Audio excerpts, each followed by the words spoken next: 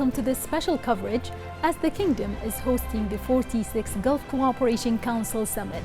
The member states' leaders are expected to arrive along with the accompanying delegations at the invitation of His Majesty King Hamad bin Isa Al Khalifa, as the Gulf leaders will discuss the mechanisms of joint Gulf action in such a vital summit and extraordinary event. Bahrain streets have been decorated with pictures of Gulf leaders and flags of their countries as the Kingdom is all geared up to host the 46th Gulf Cooperation Council Summit. This comes as part of His Majesty King Hamad bin Isa Al Khalifa's vision and keen interest to support Gulf solidarity and integration at all levels. This vision is implemented with great efforts exerted by the government of the Kingdom of Bahrain, led by His Royal Highness Prince Salman bin Hamad Al Khalifa, the Crown Prince and Prime Minister, with the aim of consolidating joint Gulf and Arab action. Stay tuned as we have a lot lined up for you today.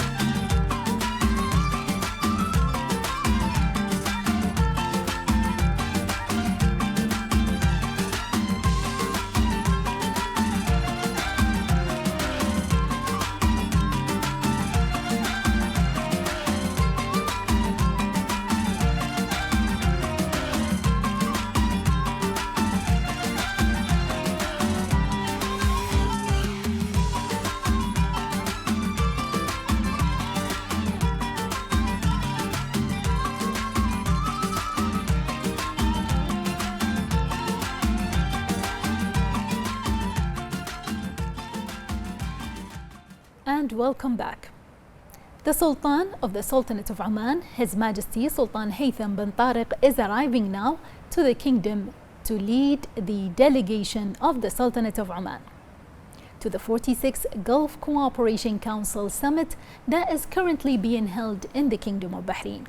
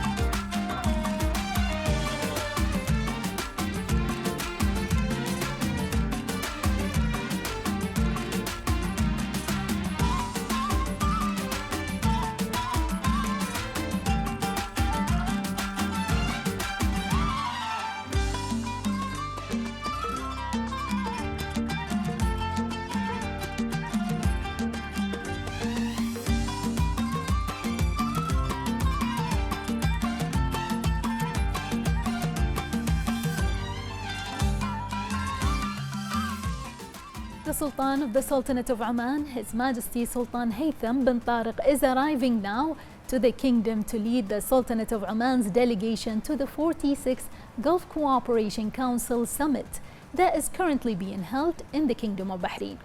He is received by His Royal Highness the Crown Prince and Prime Minister Prince Salman bin Hamad Al Khalifa. His Majesty Sultan Haytham bin Tariq is accompanied by an official delegation that includes a number of senior officials of the Omani government. The Kingdom of Bahrain and the Sultanate of Oman enjoy deep, long-standing relations, and their development in various domains come in line with the visions of His Majesty King Hamad bin Isa Al Khalifa and His Majesty Sultan Haytham bin Tariq Al Said of Oman. Last month, His Majesty King Hamad bin Isa Al Khalifa sent a written message to His Majesty Sultan Haytham bin Tariq Al Said, the Sultan of the Sultanate of Oman, inviting him to take part in the 46th GCC summit. The message was received by Sayyid Badr bin Hamad Al Busaidi, Minister of Foreign Affairs of Oman, during his meeting with Dr. Jum'a bin Ahmed Al Ka'bi, Ambassador of Bahrain to Oman. Both sides discussed the long-standing ties between the two countries and means to enhance bilateral cooperation within the framework of joint Gulf action to support greater cooperation and integration among GCC states.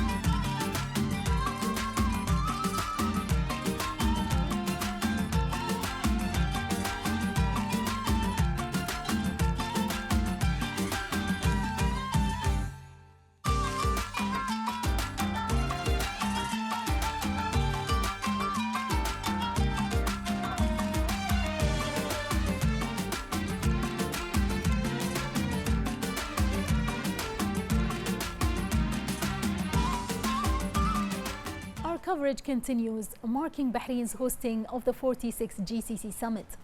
The GCC pavilion, accompanying the 46th session of the GCC Supreme Council in Bahrain, showcases the achievements of joint Gulf action and what GCC countries have accomplished during more than 4 decades of cooperation and integration. The pavilion showcases the GCC's journey from its pre-established phase to its future projects through 9 exhibition areas covering various areas of joint Gulf cooperation. Let's take more in this report. In the 46th GCC summit hosted by the Kingdom of Bahrain, the GCC Pavilion serves as a platform to showcase the cohesive Gulf identity that spans decades and brings together the past and the future. The pavilion takes visitors on a journey that showcases each country's national vision and development path, as well as the achievements made during more than 4 decades. During this period, joint Gulf action has witnessed significant growth, prosperity and development at all levels, in a manner that reflects the evolution of Gulf cooperation from its inception to the present day. Reflecting history and the depth of relations between GCC countries, the pavilion moves to the pre-founding stage, showcasing the first initiatives that formed the beginning of joint Gulf action, before visitors find themselves at the 1981 founding stage, presented in a style that evokes the pivotal moment when leaders united under one umbrella on a day that opened a new chapter in the modern history of the Gulf. Through a comprehensive plan that reveals the extent of what has been achieved and the steps taken to consolidate unity, the scene expands to showcase the past of joint Gulf action over the decades, where achievements follow one another in a precise order that reflects the development of the Council from economic integration and the Gulf Common Market to development, health and educational projects to security and military cooperation. For a more comprehensive view of the scale of joint Gulf efforts, the last corner of the pavilion features digital tables revealing the path of development and progress among GCC countries, as well as photographs documenting the stages of Gulf cooperation over the years. This harmonious display presents a comprehensive picture of the Gulf cooperation journey, reflecting unity and integration, and pointing to continuous steps towards a more cohesive and prosperous future for the region. Welcome to the GCC Pavilion. This year, the Kingdom of Bahrain is hosting the 46th Gulf Summit, and the pavilion is presented here at the Bahrain National Museum for visitors to explore the GCC's journey and accomplishment over the years. The pavilion highlights 4 decades of Gulf cooperation and achievement realized under the leadership of Their Majesties and Highnesses. It brings together more than 9 main areas featuring 40 key topics and 20 sub-themes that reflects the depth of political and economical and security cooperation within the GCC. Welcome to the GCC Pavilion. This year, the Kingdom of Bahrain is hosting the 46th Gulf Summit, and the pavilion is presented here at the Bahrain National Museum for visitors to explore the GCC journey and accomplishment over the years. Everyone, we are now standing in the first exhibition zone of the GCC Pavilion, a section that highlights the period preceding the establishment of the Gulf Cooperation Council in 1971. During that time, 8 specialized offices were launched, starting with GCC Telecom Bureau on 1971. In 1976, there is a GCC Joint Program Production Institution and several offices. This zone also showcased photographs of the founding leaders, may God have mercy on them, during the first Gulf meeting in Abu Dhabi. Additionally, it highlights the development of the GCC Economic Agreement, the Common Market, the Customs Union, and economic unity of the GCC states. The Gulf Summit in the Kingdom of Bahrain holds significant importance in light of the changes and challenges the region is witnessing as a result of the rapid events and developments. Meanwhile, it is inspired that the summit's outcomes will contribute to reinforcing unity, fostering deeper integration, strengthening joint efforts, and defending mutual interests. To talk more about that, we are pleased to be joined through the phone by the Saudi analyst and writer Mr. Abdullah Al-Alami. Mr. Abdullah, the Gulf nations, with their history, cultural values and human resources, creative talents and distinctive strategic location and diverse natural resources, are capable of further strengthening their joint action and integration. What can you tell us about that? Good morning. Thank you for hosting me. This is a very important summit that is being held. Please remember that hosting the GCC summit underlines Bahrain's consistent commitment to the principles that guide its approach to Gulf cooperation. Also, this is time for broadening coordination, integration, and cohesion among all GCC countries to meet their people aspirations. Now, since the question is about the GCC summit, as you know and as you mentioned, it was founded in 1981. And Bahrain has remained committed to the objectives of the GCC Charter. This is something that we in Saudi Arabia are proud of. Over the decades, Bahrain has supported collective initiatives and agreements that have contributed to the development of the GCC institutional, economic, and cooperative framework. And what makes the time of hosting this summit vital and significant in terms of joint Gulf action from your point of view? Of course, the timing is very crucial here, especially that we have guests coming. You have guests coming from overseas. You have Prime Minister Giorgia Meloni, who was invited to attend the conference from Italy. Also, Please remember that for Rome, this attendance represents political, geopolitical, and geoeconomic recognition of Bahrain and its leaders in the Middle East and around the world. Also, please remember that when the conference goes on today, it will highlight so many interesting things, including investment, energy, environment transition, infrastructure. I would also add health and security, maybe space issues, as well as, of course, political issues pertaining to what's going on in the Middle East. Right. Speaking about the Prime Minister's attendance to the summit, what are the expected outcomes of the current Italian Gulf meeting? I would assume that the Ms. Maloney coming to Bahrain, she wants to seek assistance, she wants to seek recognition. As you know, for the Gulf, this visit signals trust in a European partner, seen as pragmatic amid the region's strategic realignment. Please also remember that Ms. Maloney is also to expect to hold bilateral meetings with His Majesty the King of Bahrain, and also during the Crown Prince and Prime Minister Salman bin Hamad Al Khalifa visit to Rome last September. If you recall, the strategic investments and collaboration partnership with Italy was launched, was signed. I was very happy to attend that. Also, please remember that this follows the Foreign Minister Antonio Tajani, who called Riyadh a key partner for Italy. So, we have business forum attending more than 500 Italian companies. All that aligns with what you have mentioned in your beautiful introduction, that the Bahrain's 2025 presidency of the GCC is something that Rome and all EU players are proud of. So this is some very, very good news for Bahrain, very good news for Europe. Right, Mr. Abdullah, this summit aims to address vital issues by strengthening cooperation and partnership. What is the importance of such an approach? I believe there are many aspects to your questions, your excellent questions.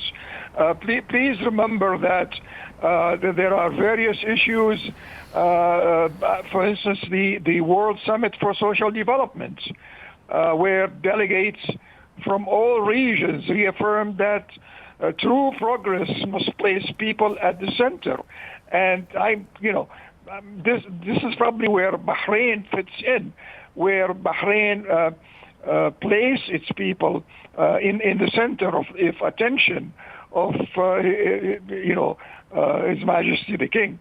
Also, please remember that Bahrain has renewed multinational cooperation in financing and investments, in women and youth, volunteer group. All that adds to the assets that you already have. You see, there are challenges facing Bahrain now and most of the GCC countries. However, I am hopeful and I'm almost certain that the summit will address these issues. It will address the need to strengthen cooperation and partnership with the rest of the world, as well as enhance cooperation among the GCC countries themselves. Right, thank you. And that was Saudi analyst and writer Mr. Abdullah Al-Alaimi. Today, the Kingdom of Bahrain will host the 46th session of the GCC Supreme Council, chaired by His Majesty the King. On this occasion, we recall the history of Bahrain hosting of the Gulf Summits over the past 46 years.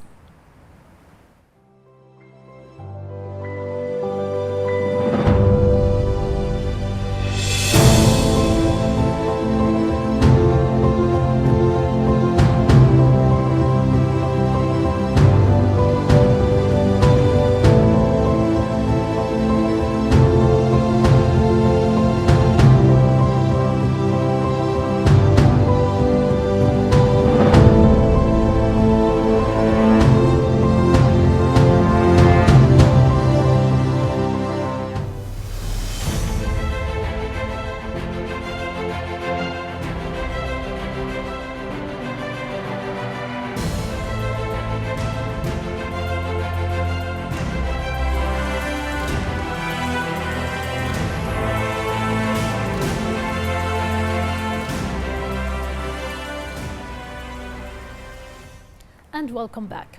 Bahrain's hosting of the 46th GCC Summit underscores Bahrain's commitment under the leadership of His Majesty King Hamad bin Isa Al Khalifa to supporting joint Gulf action, enhancing solidarity and bolstering capabilities in addressing current regional and international challenges. In addition, Bahrain has always been supportive to the GCC Council's role in unifying positions to create a powerful presence in international politics. In addition, during the previous decades, the Kingdom of Bahrain has made tremendous leaps and carried out unprecedented initiatives in different fields, including those towards modernizing and improving its education system and learning services. As a result, the Kingdom extended aspects of cooperation with GCC countries to serve its ambitious regional goals of providing sustainable education with higher standards of quality.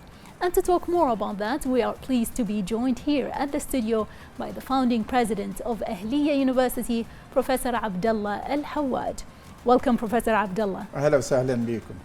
Thank you, Professor, for joining us. Professor, if you can tell us about Bahrain and its position as a regional hub in the region for higher education, how do you perceive that? First of all, I would like to thank you very much and my sincere appreciation to Bahrain TV for this opportunity to be with you today as Bahrain prepares for the summit and all the leaders are coming to Bahrain. And I must emphasize that Bahrain believes, first of all, in unity. Right. And Bahrain is preparing itself to be an international hub for higher education, because we believe that GCC in general and Bahrain in particular is ready for that. First of all, Bahrain is a very welcoming nation. We love people. So this is the first step for international students to come to Bahrain. We would like to convert Bahrain from a consumer nation to a productive nation. We must produce technology. We must localize technology. We transfer technology and localize it, nationalize it. And this is very important, because the future is in technology. The future is in higher education. So I would like really to make sure that we invest the proper amount of money, proper amount of brains, ideas, to make sure that higher education and research is a priority. And this is what Bahrain working for. We are in Bahrain now, we have about 15 private universities, and we have 3 public universities. So for a country small like Bahrain, this numbers is very big, but although we are a small country, the ambition is so big that we would like to be an international, and we would like to see thousands and thousands of international students in Bahrain. And I'm, as a Bahraini, will be so proud when in the airport anybody asked why you are visiting Bahrain, and the answer come to learn. Yes. For education. So this is very, very important for us, and we are working very hard. And I must tell you, the education ecosystem in Bahrain now is complete. It's at its best time, and I am so happy that we will fulfill what we always want to do. I've always said we want Bahrain to be Boston of the Middle East, to have all the brains, and this is possible. In the last 2 years, we've managed to recruit about 2,000 to 3,000 students from the GCC, and about 500 or 600 students from all over the world. And I'm sure if we go in the same way and tone, we will reach that we will have 30 to 40,000 students, international students in Bahrain. And this will improve a lot our economy, because all these students will input so much in the economy of Bahrain. So the idea is to make Bahrain an international hub for quality education, Right. and mainly higher education. Right. And I believe that will also encourage education tourism as well. Of course, education, that's when I said the economy. When a student study in Bahrain, he doesn't only pay the fees, True. he pay the living. So any student international who come to Bahrain will probably pay 4,000 to 5,000 dinars in tuition, 4,000 to 5,000 dinars living, 4,000 to 5,000 dinars food and environment, 4,000 to 5,000 dinars for other things. Yes. And also many of them will have their families visiting Bahrain. They will buy villas and flats. So the whole idea of internationalization is to affect many, many sectors in Bahrain, not only the education. True. But the education is what brings them. And we must use the positiveness of Bahrain being a welcoming nation. Right. Expatriates love to live in this country. Many, many years ago, we used to say this: if you go to Egypt and taste the Nile, you will go back. But I assure you, if you come to Bahrain and taste the niceness of the Bahraini people, you will always want to visit Bahrain. Right. It's not only about the nice people and the kind culture here, but also the quality of education that Bahrain presents. I believe as of recently, we have reached high level when it comes to digital transformation, innovation, and creativity embedded in our educational system. So what's your take on that? Of course, it's very, very important also that the reputation of Bahrain become good. And this cannot be done without having state-of-the-arts education system and institutions, the digitalization everywhere, now the whole world going towards that. Technology, we must transfer the best technology and localize it.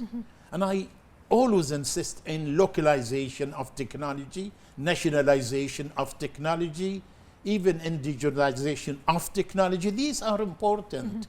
And we believe in quality. First of all, quality. If you look at Bahrain now, we have few universities in Bahrain which are ranked very high in quality. I can tell you Ahliya University, which is only 25 years old, now we are number 4 or 5 in the quality of education over the whole world. Right.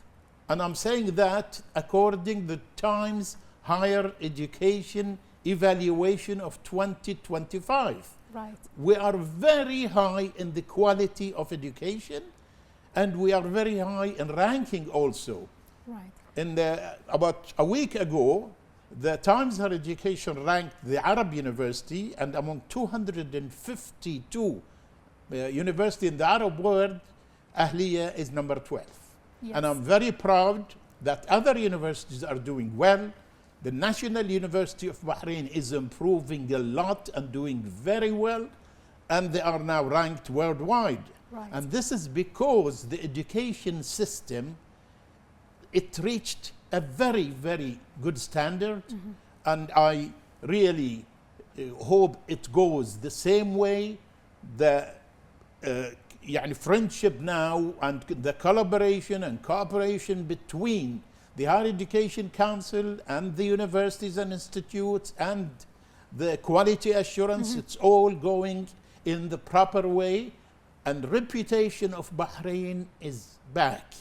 And we want Bahrain to be in its real place among our brothers and sisters, the GCC. Yes. In the heart of the GCC, Bahrain has always been well known for being the country of education. Yes. And many of our brothers and sisters from the GCC studied in Bahrain 100 years ago, and we are working towards that. Yes. We will make Bahrain the hub for international high quality education, and we must invest in that. And we must invest also in R&D, in research and development, because the other countries, they invest more than us. Right. We only invest nearly 0.7 to 0.8% in higher education and research. I would like to make sure we reach 2%. Right. Speaking about investing in R&D and research, how do you see the collaboration between universities in Bahrain and its counterparts in the GCC countries? Very important. Especially in the area of Very research. important. This is really a great question. At the beginning, there was always worries. And our collaboration and relation with other universities far is better. But recently, we are changing that. I'll give you an example. Ahliya University now partnering in everything with UBT in Jeddah in Saudi Arabia, University of Business and Technology. We share the same research, we are working together. They have some of our professors visiting us and some of our professors visiting them. We will start student exchanges, which is very, very important. This improves a lot the standard and improves also the unity of the GCC nations, which is really, really important. So I am a very great supporter of cooperation and collaboration between the universities in the GCC, even the universities in Bahrain itself. Yes. It's a very, very important. We do not compete in a wrong way. We compete in the proper way. And we must complement each other. I must tell you, Ahliya University complement the University of Bahrain, and the others complement Ahliya University. So each of us play a different role, but we must keep the reputation of Bahrain. And when the reputation becomes high, that's what we want. So we will attract students from all the world, from the GCC and beyond the GCC. And this is a goal we're going for. And I will try with many, many, of course, friends and colleagues, that by 2030, inshallah, Bahrain will be known for quality higher education and for also research. Right. It already has the proper ecosystem for education and for higher education, and as you said, Bahrain has always been a pioneer when it comes to education, and now it's time to take it a step forward and a step further, inshallah.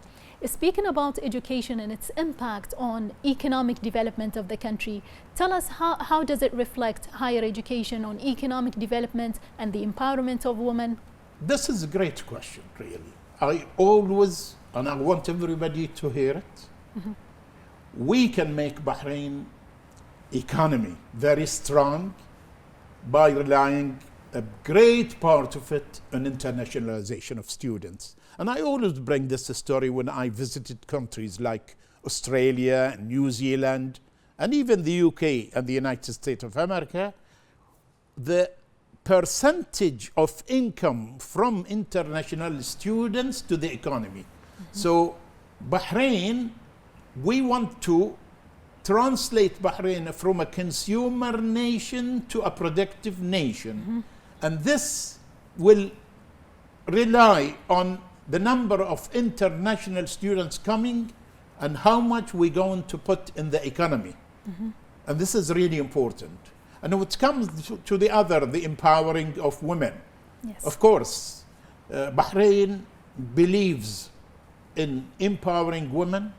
And I must assure you, and I'm very, very confident that from the top, I remember very, very clearly in 2000 when we were in the National Charter Committee, the instruction very clear from His Majesty the King and from the government, we must empower women because we believe that they are half the society and they must take their place. And now, alhamdulillah, we can see, and of course, thank you very much for this question, because 2 days ago was the Bahraini Women's Day, and everywhere we were celebrating this.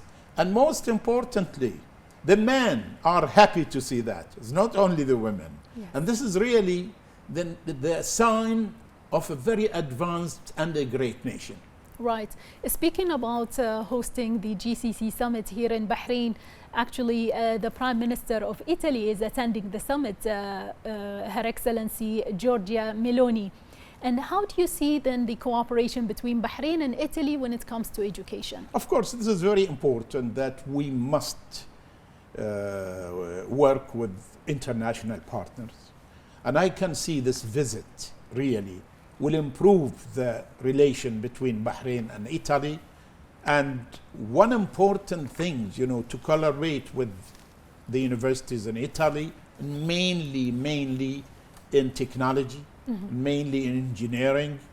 Italy is very, very well known when it comes to technology and engineering, and we would like to use that. So I wish and I hope that during this visit, we strengthen the relation with the institutions in Italy, and we perhaps will start partnership with some of the universities in Italy, because it's very important not to just work with one country or two. So Italy is a very, very important country, and the visit today of the Prime Minister of Italy as an honored guest in our summit, I think it's a very, very important sign. And I know that some of the GCC countries have very special relation with Italy. So I hope that Bahrain today will also have that special relation with Italy, because and Italy is not too far. So I think we should work with them very closely, and we are ready to go to Italy also and to complete what will be done in Bahrain. Yes, hopefully. And then speaking about young people, how do you see their contribution to consolidating joint Gulf action? Of course, it's very important, first of all, for the young people to know that the GCC and the unity is a must. There is no doubt about that. So, and everybody should realize how much and what's the benefit of being a part of the GCC in many aspects, So we must educate our young people to go on the same path, and to believe in unity. And I hope, inshallah, today after this summit, more collaborations and more innovation and more unity to the region, and more safety to the region, because these all very, very important, And Bahrain, although I keep saying Bahrain is a small country, but it plays a great role. Bahrain ambition is very, very high, and we can really improve the future. Right. I thank you, Professor Abdullah Al-Hawaj, for joining us in this special coverage. Thank you very much, and inshallah, I wish the outcome of the conference comes according to the people aspirations, and I'm sure, inshallah, we will have a better future, inshallah. Right. One more question to you, Professor Abdullah. If you can tell us about the trends in education nowadays, not only when it comes to the Gulf region, but also globally. Many universities are adopting artificial intelligence and its applications. How is your university coping with that? Of course, this is a very difficult question and very, very important questions. Artificial intelligence today is everywhere. And everybody talking about ChatGPT. Should we allow ChatGPT in the universities, or shouldn't we? I always want to say, don't stop in front of technology. Use it, but make sure you put laws to make sure things goes for the best of the people, not the other side of the people. And the trends are changing a lot because of the infrastructure of, for example, Bahrain and all the GCC have the best infrastructure in the world. Internet can reach everywhere. So we must use technology. Teaching in universities must change little. The question comes then about assessment, and this is a very important exercise for us as professors in the university. And I made sure in Ahliya University we should use technology to the best. We should make sure that digitalization is everywhere, and we must make sure that students do not feel scared of using innovations and many things. So let's tell people, use these technologies. We have to work how to do the assessments, because for me as a professor before, it's easy to give student an assignment and then he goes and probably buy the assignment or ask somebody to do the assignment, and then today, you don't need to do that. You just click on ChatGPT and he'll do the assessment for you. So when it comes to professors then, how do they deal with this? It is very important to study that, and that's what we are doing. We want to make sure that the students of the future are ready for the jobs of the future, not the job of today. And that can only be done when we change many things. I always say now, the student must have skills, and many skills, so he can change from a job to a job. So materials is important and knowledge is important, but skills are very important. Skills of reading, skills of communication, skills of IT, skills of mathematics. These are very important, and that's what should be for any graduates of the future. So when they ask me, what do you want the graduate future? I want them to be skillful in many skills, 6, 7, 8 skills, and we can say which skills. And to me, communication is important. A student must graduate with a communication ability to express himself. I always say to my student, and I remember stories, many stories of course. I've been in education for over 40 years now, and I have so many stories. I have students who scored 4 out of 4 in the bachelor, and when they go for interview, they fail because they could not express themselves. So their communication ability is not there. Now, no. I want the graduates of every university to be very skillful in many skills. And one of the skills is communication, but I will never, I am a mathematician, so I will always ask every student to know mathematics, at least arithmetics, and this is really important. Right, that's also very important, as you said. From your role at the Ahliya University, tell us, how do universities play a role in the diversification of the economy of Bahrain? Of course, it's very important, that we make sure that we diversify also our economy. So we want to make sure in Ahliya University, first of all, we insist that entrepreneurship is so important, and people used to think entrepreneurship only trade and opening coffee shops or this. No, it's in every field you can be an entrepreneur. And for this reason, Ahliya University work with its international partner. We work with Brunel University of London, and we have a collaboration with them for the last nearly 18 years. We graduated many PhDs. And I must tell you, Ahliya University have worked very hard to empower women. We graduated in the last 15 years, nearly 80 women PhD using the collaboration program between Ahliya University and Brunel University, London. And they have the degree of a Western, very well-known university. And some of these, and many of them are having great jobs. President of universities, deans of colleges are graduate from this program. So that helped in empowering women. Ahliya University also collaboration with the George Washington University and very important programs also. We had many graduates who's been now on the top of their jobs. I am very, very happy to see that graduates of Ahliya University are ministers now in the government of Bahrain.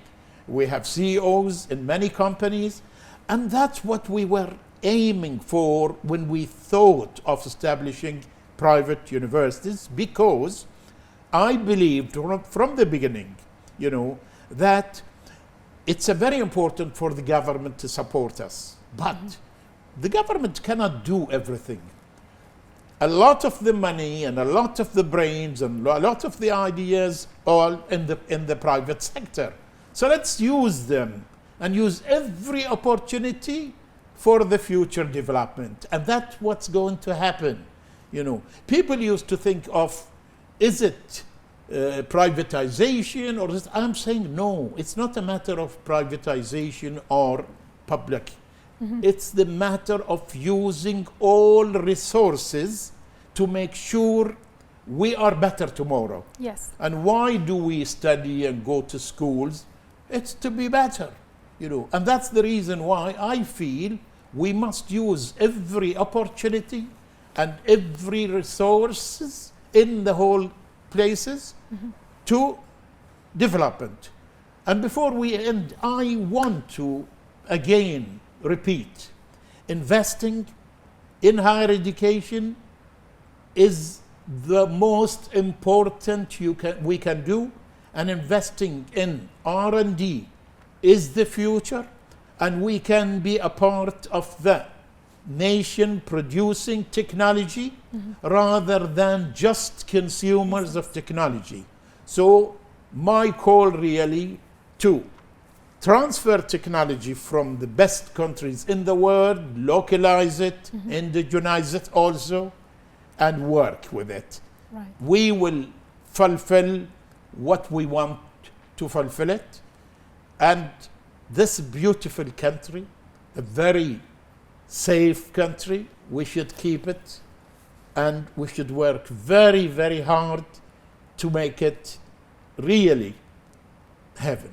Yes, and maybe making use of all the potentials that we have across the different sectors. Going back to something that you mentioned, Professor Abdullah, about the privatization of universities, it's rather a partnership. We are using all the resources we have, be it in the public sector or the private sector, for the development of Bahrain and for the development of the region. Of course. I always believe that we cannot work solely. We have to partner with others. And I believe from the beginning that also the private sector is a part of Bahrain. They are not a separate part. Definitely. So we are being ruled by the same rules and regulation, and we must work together.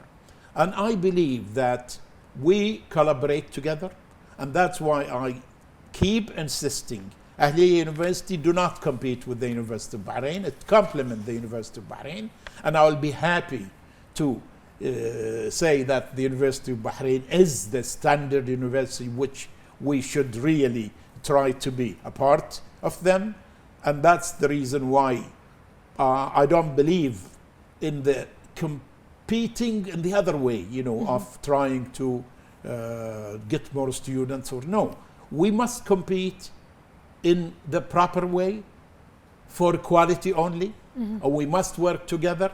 And the government of Bahrain must support both sectors, not only the public sector. So sometimes I get very upset when I hear that, the government is only responsible for the public side. No, The government is responsible for everybody.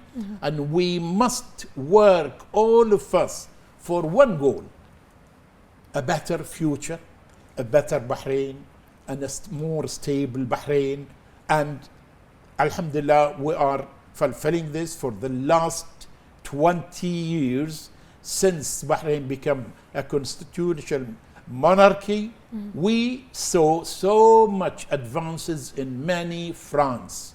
And the middle of the reform project of His Majesty the King, I remember 3 pillars. Yes. The middle pillar was education, Yes. quality of education. It was the economy and the market and education in the middle. So Bahrain believes that education in general and higher education in particular is the future for the whole GCC and for Bahrain. And that's how we are certain we should invest enough money and enough time and enough brains in that aspect. Right. Speaking about development and the importance of developing the country and its people, how about the importance of sustainability in the development of the country? Well, you're talking about something very important today.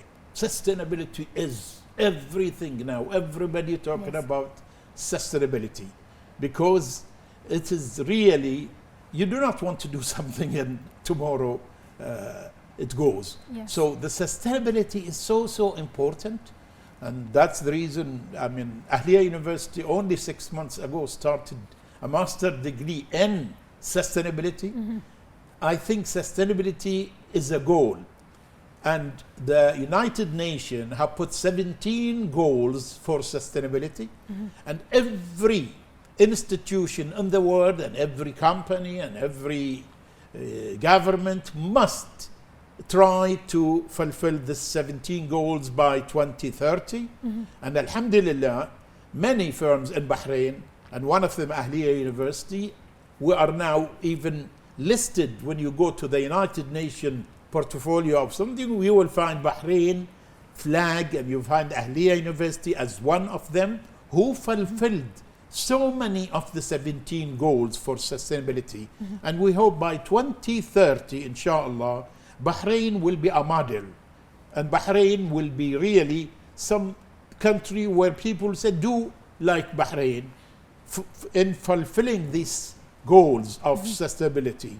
And that's what's going on. So thank you very much for asking me this question, because I am now, in the last few weeks, living and talking all the time about sustainability. Yes, it is actually a very important topic, but if you can shed light on the initiatives taken by Ahliya University in the realm of sustainability and encouraging adopting the sustainability. Of course, Ahliya University is working very hard in trying to adopt first the 17 goals of the United Nations.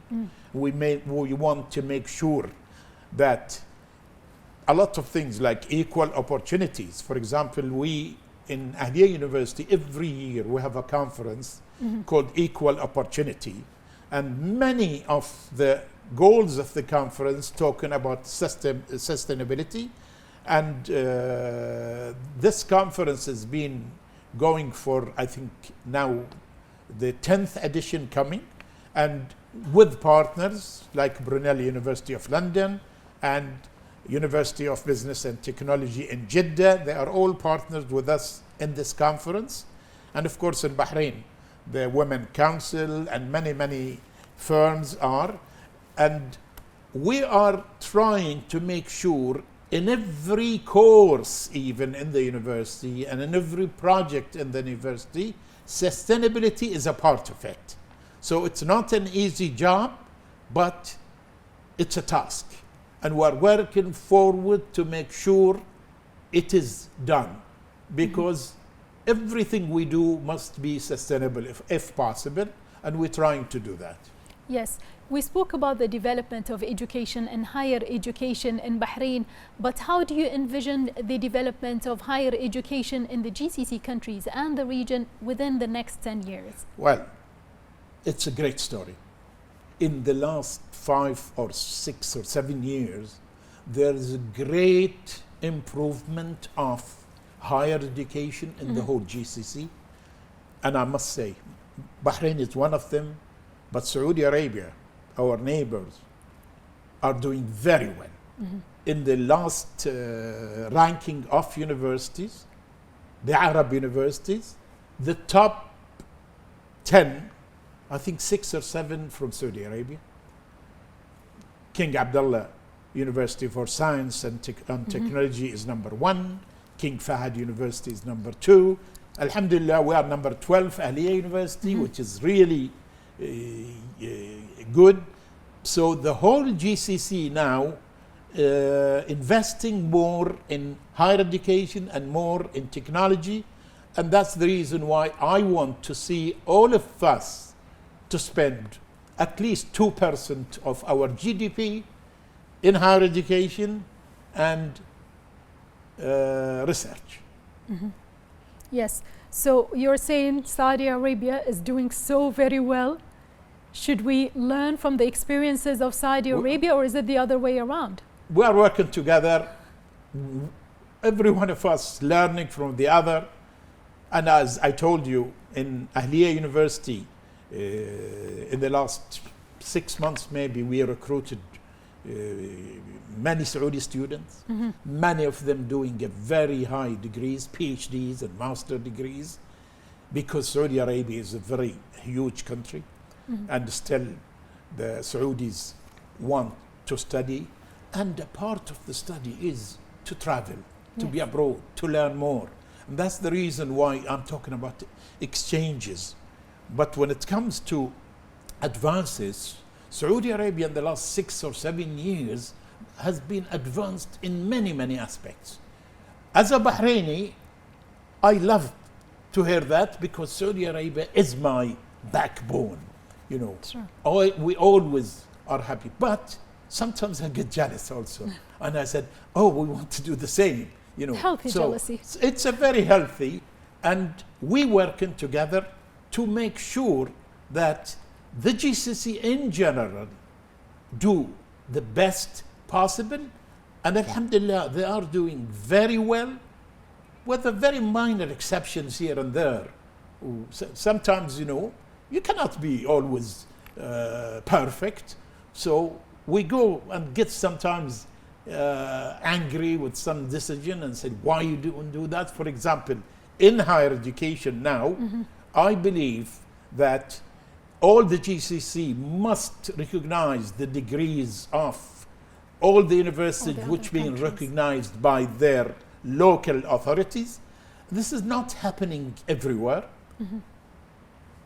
For that reason, I would love to see the countries who are not doing that to do that immediately without hesitation, because that's a part of the collaboration we're talking about and a part of the unity we are wishing for. I want to see us really strong, united.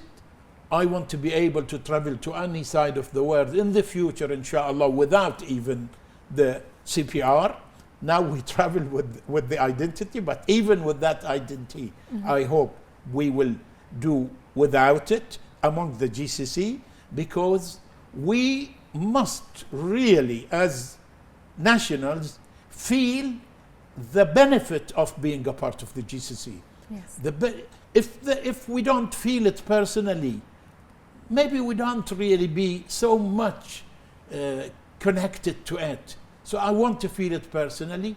I want to see the custom united. I want to see, inshallah, حتى the العملة الخليجية.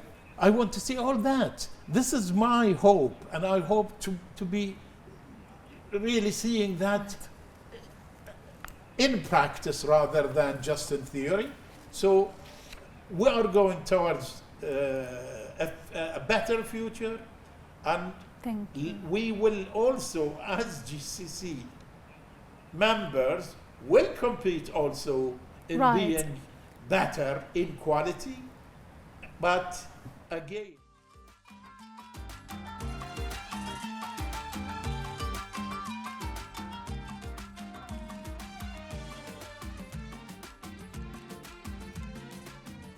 Our coverage continues as Their Majesties and Highnesses, the leaders of the GCC countries, continue to arrive along with the accompanying delegations at the invitation of His Majesty King Hamad bin Isa Al Khalifa, as the Gulf leaders will discuss the mechanisms of joint Gulf action in such vital summit and extraordinary event. We now see the arrival of the Emir of Kuwait. His Highness Sheikh Mish'al Al Ahmed Al Jaber Al Sabah is arriving now to the kingdom to lead Kuwait's delegation to the 46th Gulf Cooperation Council Summit that is currently being held in Bahrain.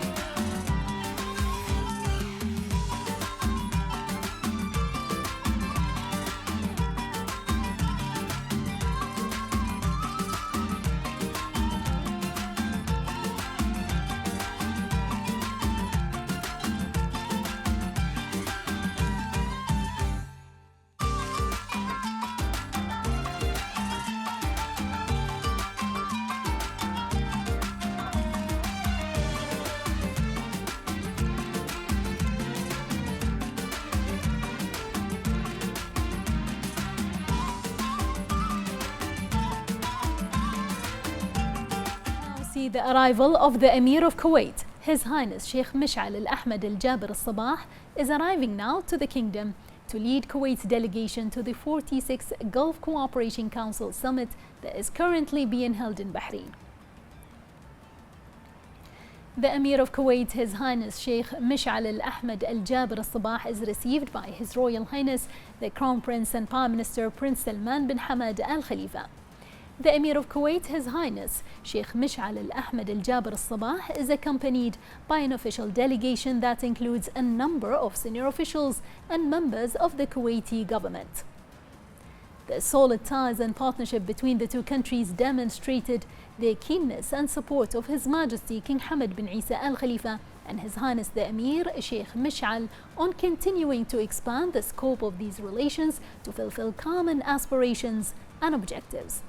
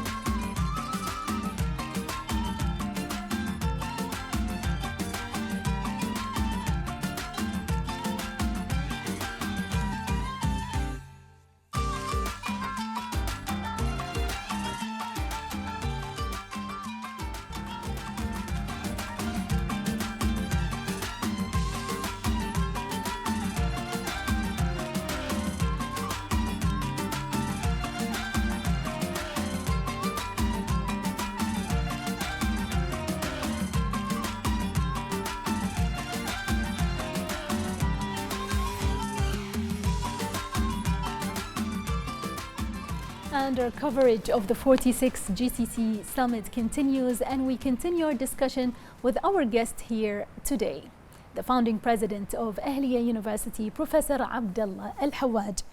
So, Professor Abdullah, going back to you, if we consider the timing of holding this summit, how important is it, and what is the significance of holding this summit here in Bahrain? Of course, we are in a very crucial time, and Bahrain, as I said, always, it's the land of peace, and we want really to make sure that the summit in Bahrain, inshallah, be a new landmark also for all the summits, more solidarity, inshallah, more unity, inshallah, and as you can see, everybody nearly is attending this summit, which this shows you how much people respect Bahrain and respect the King of Bahrain also, yes, which is very, very important, because the King, His Majesty, is proving to the whole world the importance of peaceful, the importance of being a part of the world which live together in a very peaceful meanings, and alhamdulillah, I could see, the head of states, all of them arriving to Bahrain. Many of the GCC summits always have some missing here and there.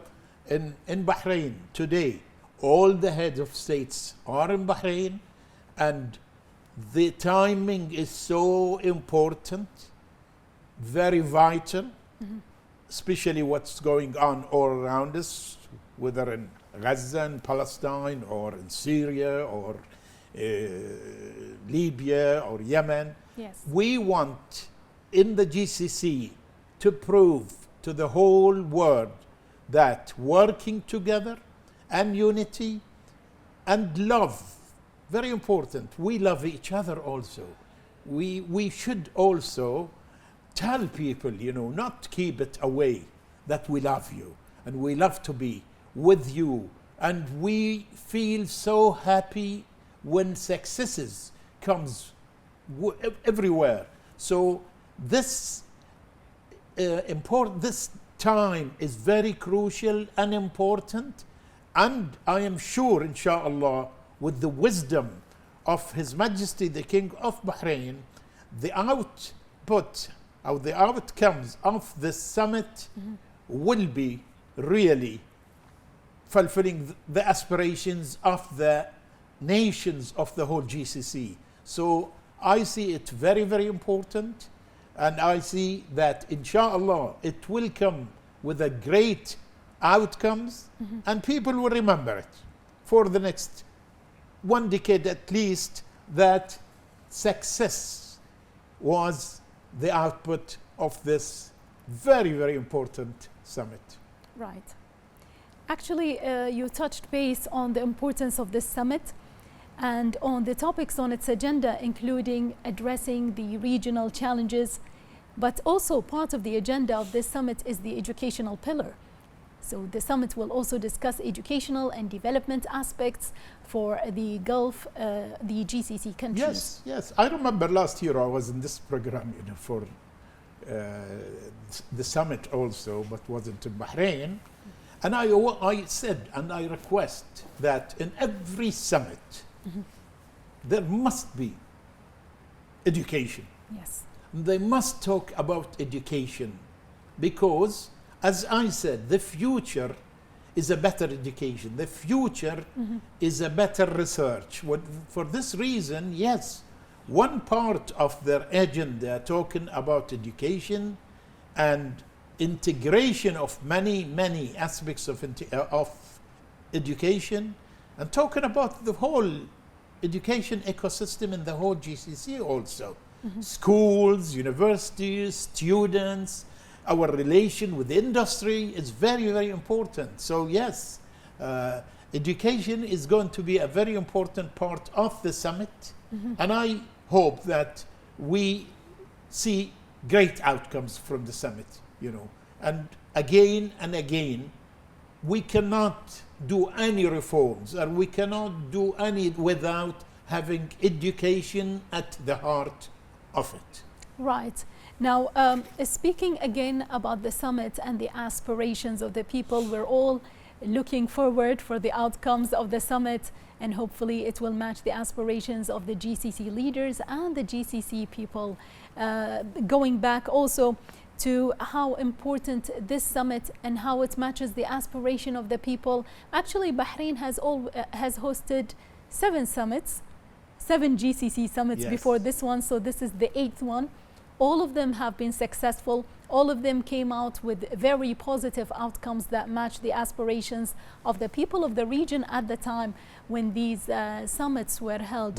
And Bahrain is known to be a welcoming area, a welcoming country. Everybody feels at home, including students. Maybe this is one of the reasons why students love coming to Bahrain and studying here. Yes, of course, as we said again and again, Bahrain is an island, and normally the people of islands are very welcoming people and open people also. The openness in Bahrain is also a positive sign of Bahrain. So even the leaders of the GCC themselves, when they come to Bahrain, they feel different. Every one of them, in interviews and this, they don't know what's the magic about Bahrain. The minute they enter Bahrain, you feel different. You feel more enthusiastic. You feel more happy. So this country has really a lot of things which make you love the future rather than hate the future, And that's why I think, the output or outcome of this summit will be great for the nations of the GCC, will be great for Bahraini also. We always in Bahrain welcome the GCC and looking for more opportunities, and that's happening, We start feeling now in Bahrain in the last, at least, let me say, 7 or 8 years, so close to the Saudis. Yes. To a degree which is unbelievable. And believe me, the students who come to Bahrain just from the other side, they tell me, we don't know what you have in Bahrain. The minute we enter and we pass the causeway, we feel so happy, and we feel enthusiastic, and we feel this. So this is really important.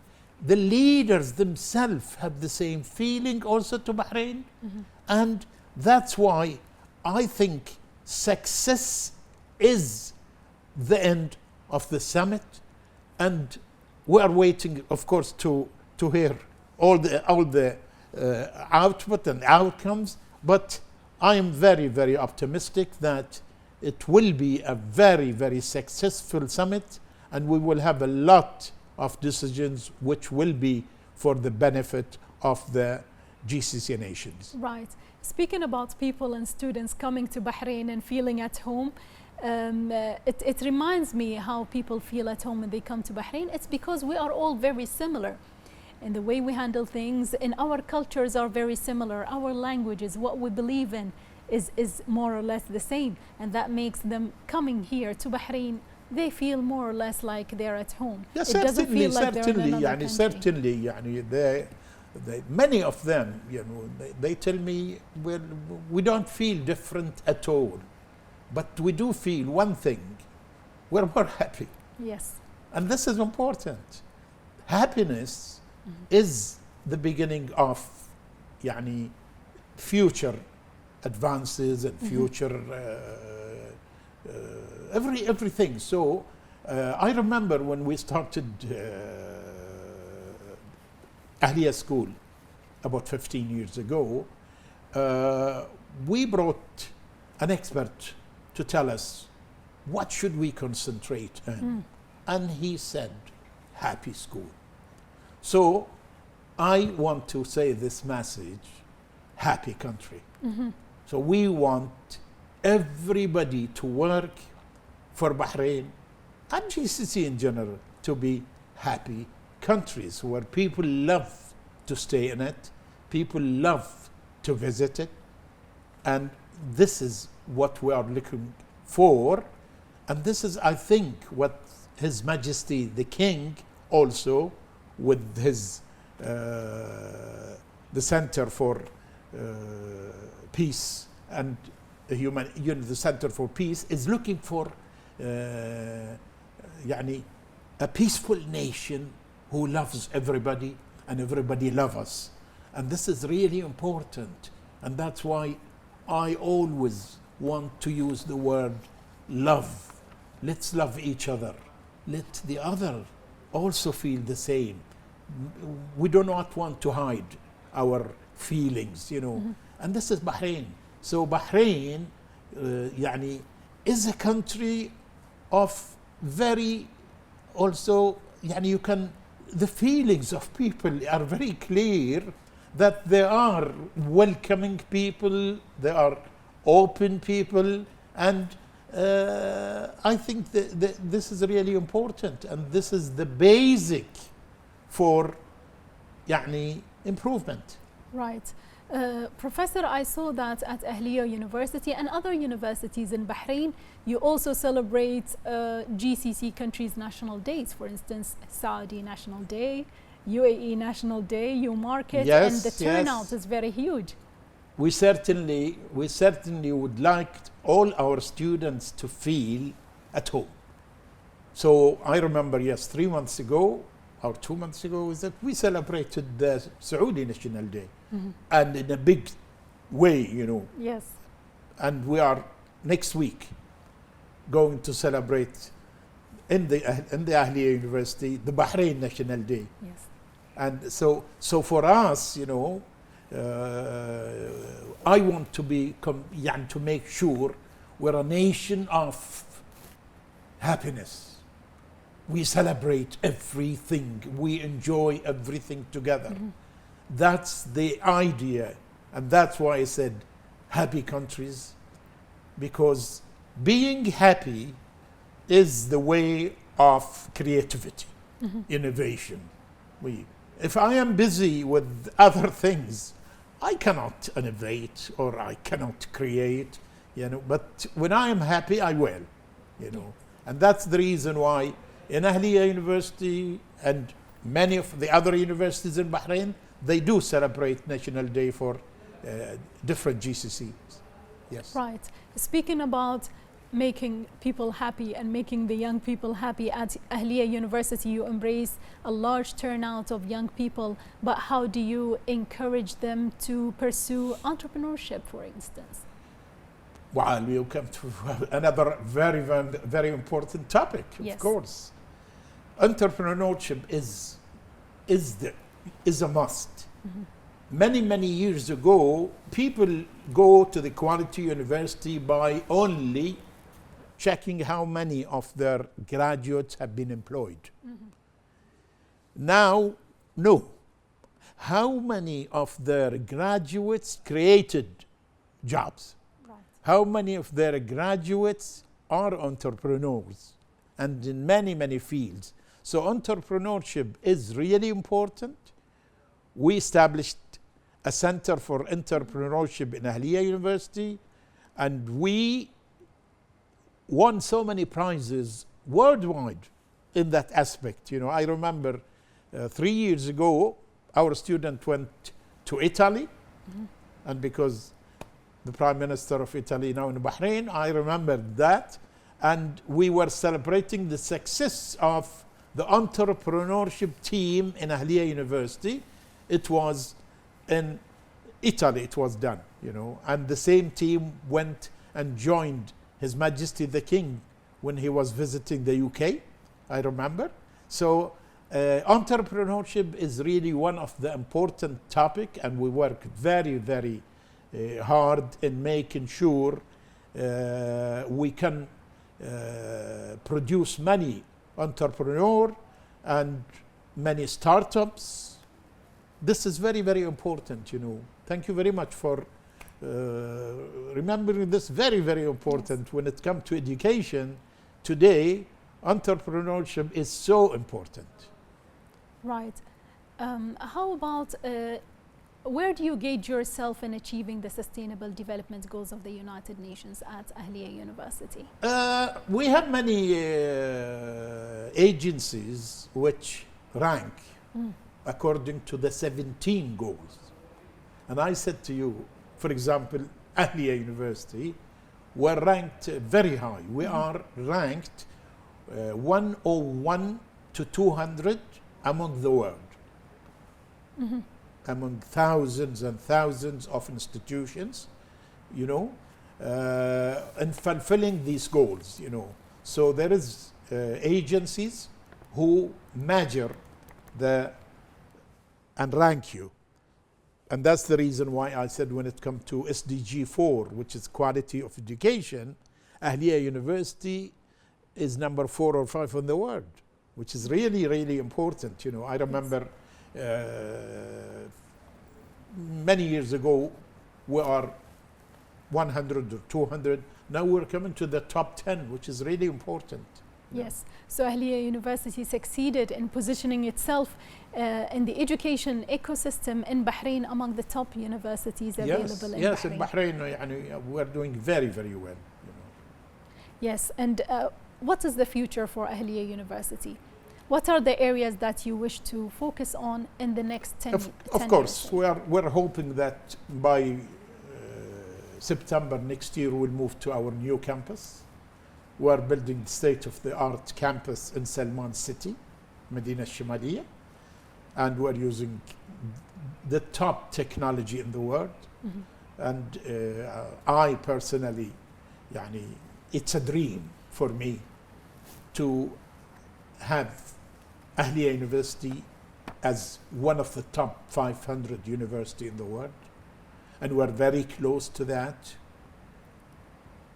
It was in our strategic plan by 2030 we should reach that. Alhamdulillah, we're very, very close to reach it, and maybe we will reach it before 2030. I have to interrupt you, Professor Abdullah. Their Majesties and Highnesses, the leaders of the GCC countries, continue to arrive along with the accompanying delegations at the invitation of His Majesty King Hamad bin Isa Al Khalifa, as the Gulf leaders will discuss the mechanisms of joint Gulf action in such a vital summit and the extraordinary event. The Prime Minister of Qatar and Minister of Foreign Affairs, His Excellency Sheikh Mohammed bin Abdulrahman bin Jassim Al Thani, is arriving now to the kingdom, leading the state of Qatar's delegation to the 46th Gulf Cooperation Council GCC summit hosted by Bahrain.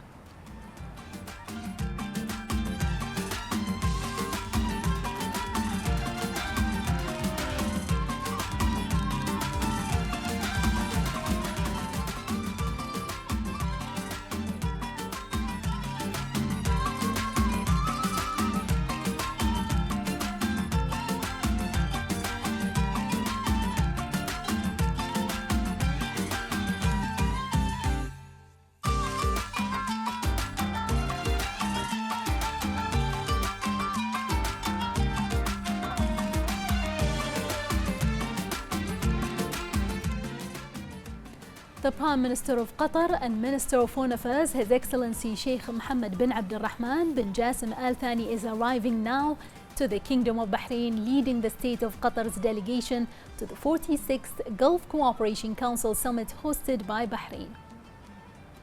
He is received by the personal representative of the King of Bahrain and the President of the Supreme Council for Environment, His Highness Sheikh Abdullah bin Hamad Al Khalifa. The Prime Minister of Qatar is accompanied by an official delegation that includes a number of officials from Qatar government. The Kingdom of Bahrain and the State of Qatar enjoy deep-rooted and long-standing relations, as their development on different aspects come in line with the wise visions and directives of His Majesty King Hamad bin Isa Al Khalifa and His Highness the Emir of Qatar Sheikh Tamim bin Hamad Al Thani. Last month, His Majesty King Hamad bin Isa Al Khalifa sent a written message to His Highness Sheikh Tamim bin Hamad Al Thani, Emir of the State of Qatar, inviting him to participate in the 46th Gulf Cooperation Council Summit. The message was received by Sheikh Mohammed bin Abdul Rahman bin Jassim Al Thani, Prime Minister and Minister of Foreign Affairs of Qatar, during a meeting with Mohammed bin Ali Al Ghatam, Ambassador of Bahrain to Qatar, who conveyed His Majesty's greetings and best wishes to His Highness the Emir and to the people of Qatar for continued progress and prosperity.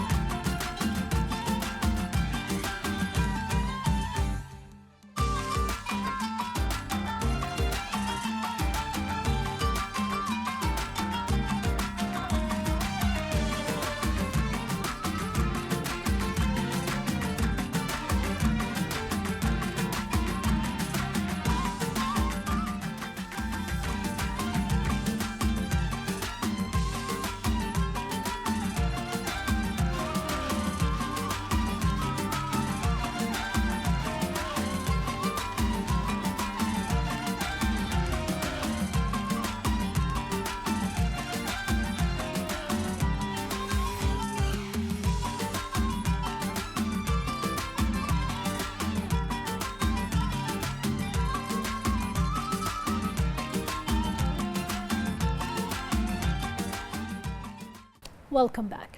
Our coverage of the 46th GCC Summit continues, and we have our guest here, the founding president of Ahliya University, Professor Abdullah Al-Hawaj.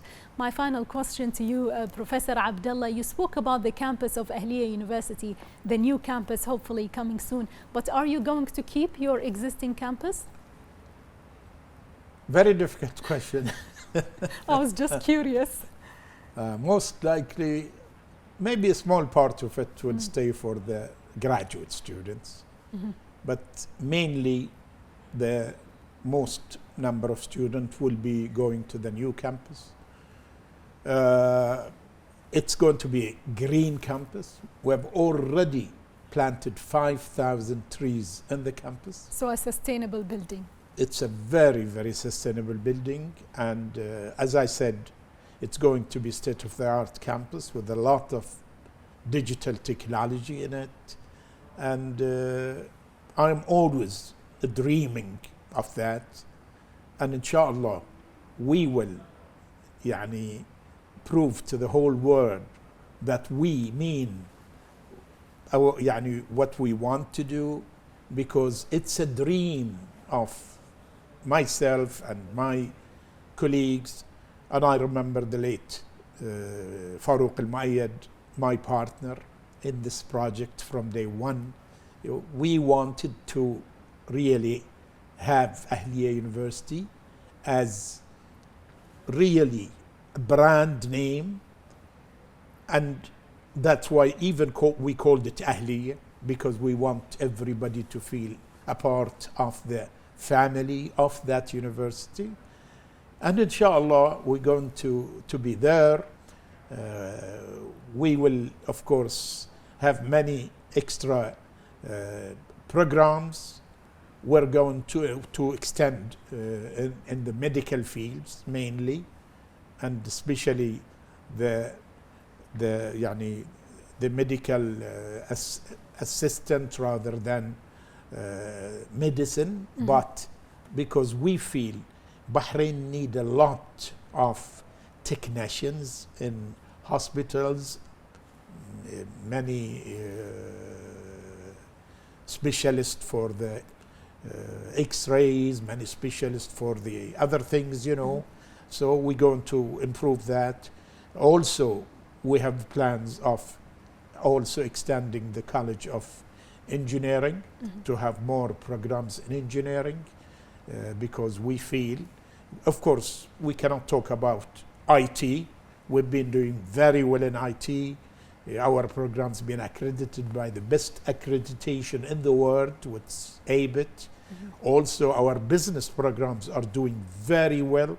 We've been accredited by the best accreditation in the world, AACSB. We're among the top 6% of the business school in the whole world, and this is really important for us. So Ahliya University has been doing very well, and inshallah moving to the new campus will add a lot to us. Inshallah. I thank you, Professor Abdullah, for being with us in this special coverage, and I wish you and Ahliya University every success. Thank you indeed. Thank you. And inshallah, we are waiting for the best outcomes of the summit. Thank you. Thank you. Thank you. Industrial cooperation among the GCC is undergoing rapid development, reflecting a clear desire among GCC states to build a joint industry that is more competitive globally. More in this report. Industrial cooperation among GCC countries is a key pillar of Gulf economic integration, as current efforts reflect a strategic approach towards building a unified industrial sector capable of competing in a global system whose economic and industrial rules are constantly changing. This approach is based on a system of unified policies and legislation that creates a harmonious production environment and enhances the ability of the Gulf industry to support growth, diversify sources of income, and achieve greater sustainability. GCC countries are working to harmonize their industrial policies by unifying regulations and distributing industrial activities according to each country's comparative advantages, while supporting complementary industries and developing Gulf value chains. This was achieved in line with the principles established by the 2001 Economic Agreement, which formed the most comprehensive framework for organizing joint industrial efforts. Over the past few years, these approaches have resulted in a series of important achievements adopted by the Industrial Cooperation Committee, including the adoption of unified industrial regulations, the launch of the Gulf Industrial Development Strategy, and the launch of the Future Factories Program Initiative, as well as the approval of unified rules to support national products, the activation of the anti-dumping law, and the organization of Gulf industrial exhibitions. Today, a number of joint projects are moving forward, which reflects the GCC's commitment in this industry. These include coming up with a standard definition for national products, figuring out which goods should get collective protection, setting up an industrial innovation center, and another focused on the fourth industrial revolution. In addition to working on a Gulf platform for industry, increasing the efficiency of intra-regional trade, developing joint industrial investment plans, and expanding the adoption of circular economy practices.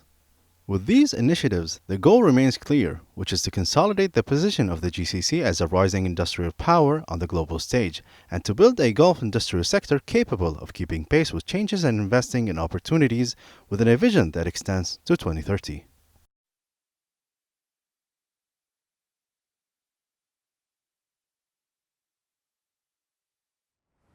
The flourishing journey of GCC cooperation, highlighted through the customs services sector, has achieved significant milestones, most notably the establishment of the Gulf Customs Union in 2003. This customs union marks a crucial advancement in promoting joint Gulf action, serving as a turning point for the facilitation of goods movement and the unification of customs procedures among member states. The establishment of the customs union has created a single, competitive Gulf market through the unification of customs tariffs, the free movement of national goods, and a surge in intra-Gulf trade exceeding $143 billion in just one decade, a clear indicator of the strength of Gulf economic growth. The GCC states adopted the necessary legal, financial, and technical framework to fulfill the requirements of the Union, including the unification of customs laws, the development of operational practices, and the adoption of the internal regulations of the Customs Authority, which oversees the implementation of this advanced system. Since its inception, the authority has achieved a number of significant milestones, most notably preparing unified lists of prohibited and restricted goods, implementing the integrated customs tariff across member states, developing unified standards to facilitate the movement of goods, adopting the Gulf Goods Transit Guide. These steps have enhanced the efficiency of the Union and improved the quality of customs services. The authority continues to implement its commitments according to an approved timetable, which includes establishing new operational mechanisms, modernizing systems, and adopting an advanced customs strategy for the coming years. This supports the path of economic integration and aligns with the development goals of the GCC countries. Since 2003, the Customs Union has been a shared Gulf success, culminating in a series of achievements from unifying customs procedures to developing a unified strategy for 2024 and beyond. This ensures that the Gulf countries remain a leading model for regional economic integration.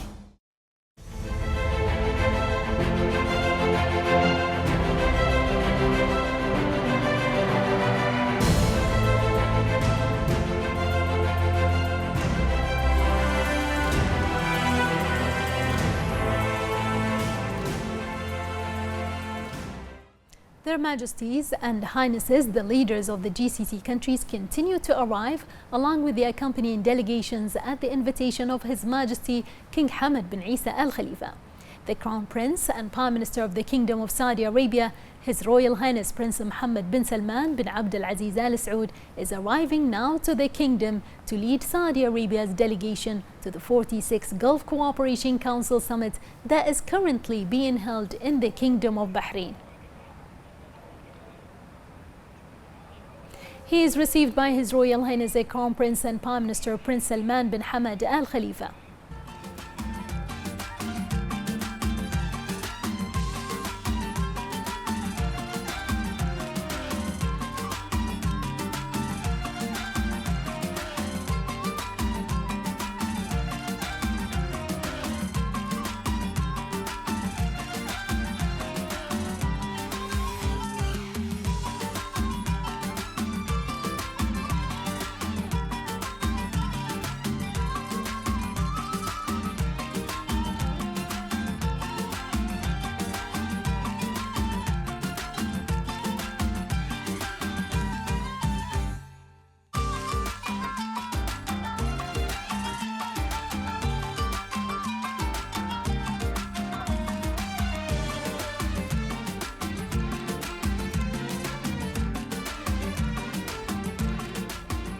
And welcome back.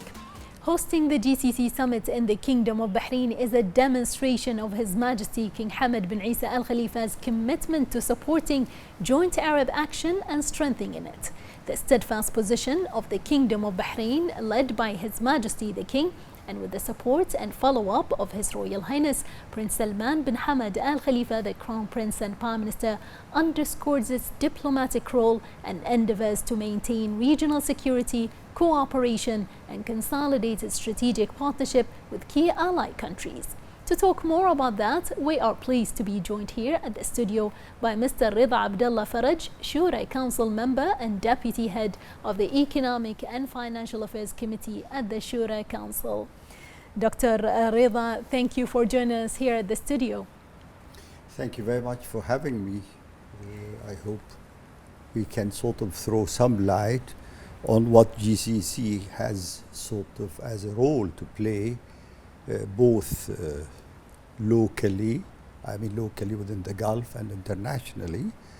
And that is something which we are all proud of today, that this relatively young organization has a real, very important and vital role in the sort of really life in general, and the sort of their existence in the scene, the economic scene, is very, very sort of obvious. And just as an indication that the growth rate in the GCC countries is much higher than any other country, and we could be the highest in the world, with the exception of one or two countries who could be higher than us. The inflation rate, which is a very indicative of really the efforts of the leaders, how they could manage the inflation, which affects the life of the citizens and residents in the countries, is much lower than the world really average inflation rate. We are about, I think, 1.9 or even less than that. And the world is much higher than that. Not only that, the forecasts, and these are not ours, these are sort of the international institutions in the world, the forecast puts GCC countries' growth over the coming 5 years way ahead of all other world countries. The countries who have been sort of really, they are developed and they have their economies settled and their structures in place.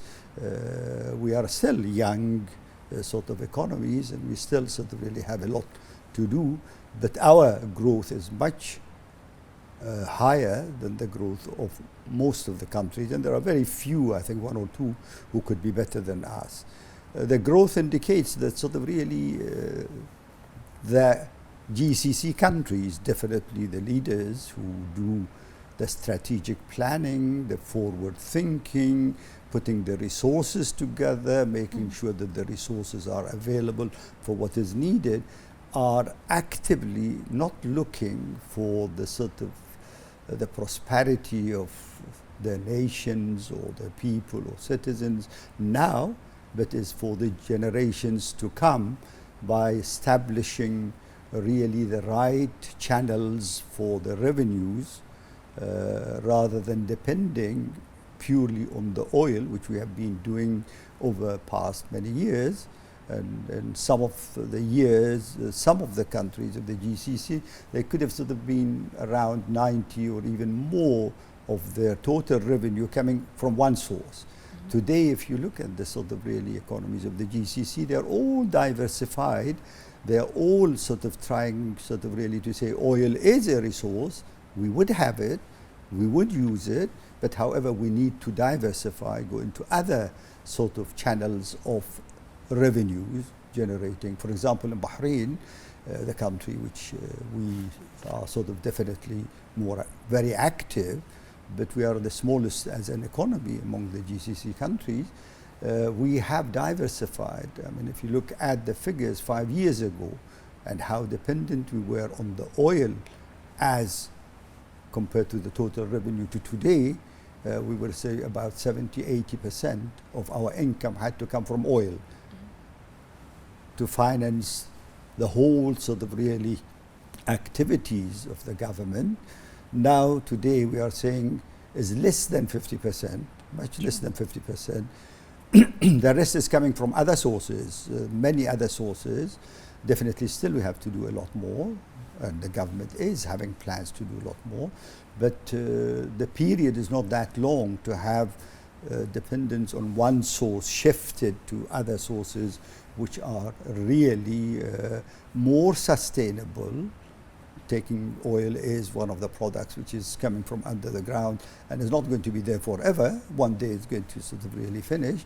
But the other sources of revenue, which the government is sort of really have created and are pursuing and is still planning to create more, are more sustainable, diversified, gives better sort of opportunity of expanding it rather than one source, which was the oil. So therefore, I think the GCC countries, they have over the number of years they have been in existence, not only looked at prosperity for their own countries, they have been very active on the world scene in helping, in contributing.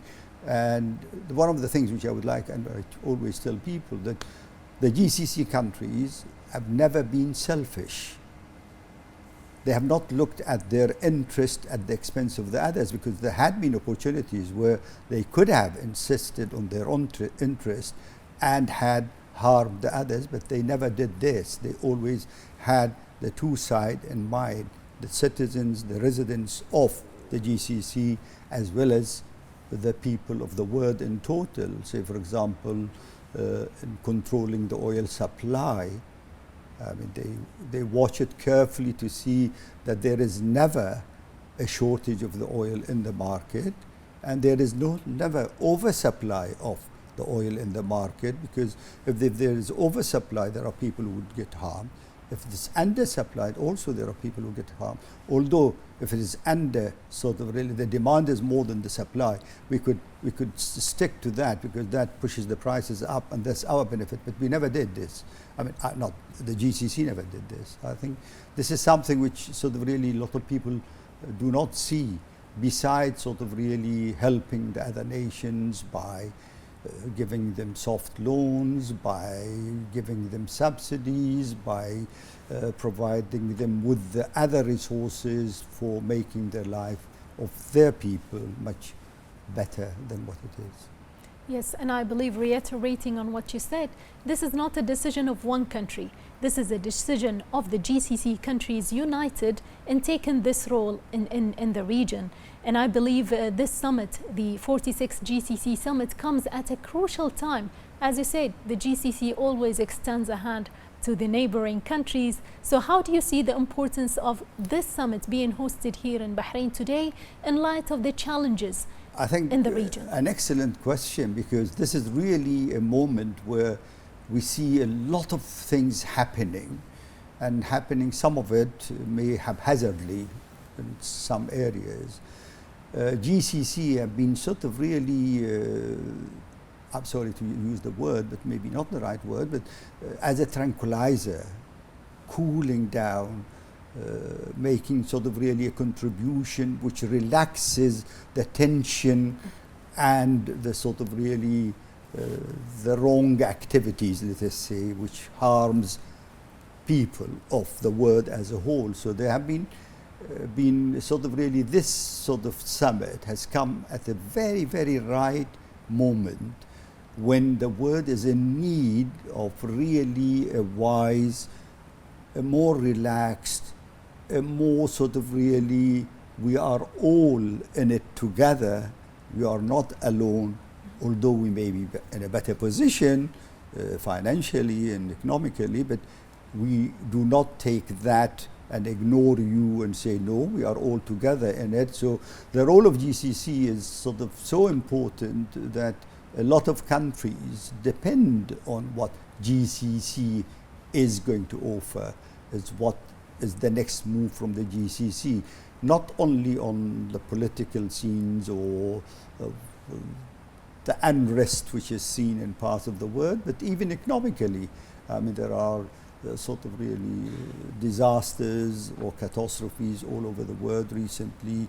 The floods in the sort of Far East, for example, is one of the things. GCC's contribution and GCC's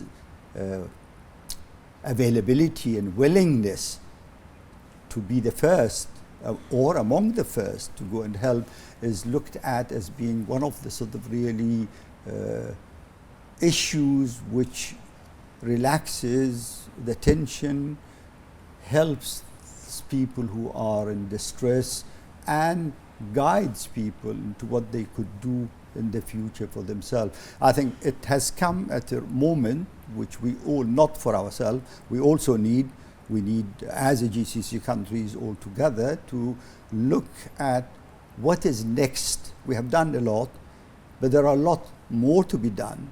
So that what is next to come, this is the right moment for us to sit and think collectively how we could handle the needs of our people, citizens really, and residents also. I always keep the residents in mind, that to live a real Dr. respectable Rida, I have life. to interrupt you. Sorry, I have to Please. interrupt you. Their Majesties and Highnesses, the leaders of the GCC countries, continue to arrive along with the accompanying delegations at the invitation of His Majesty King Hamad bin Isa Al Khalifa. His Highness Sheikh Mansour bin Zayed Al Nahyan, Deputy Prime Minister and Minister of Presidential Affairs of the United Arab Emirates, is arriving now to the kingdom to lead the United Arab Emirates delegation to the 46th Gulf Cooperation Council Summit that is currently being held in the Kingdom of Bahrain.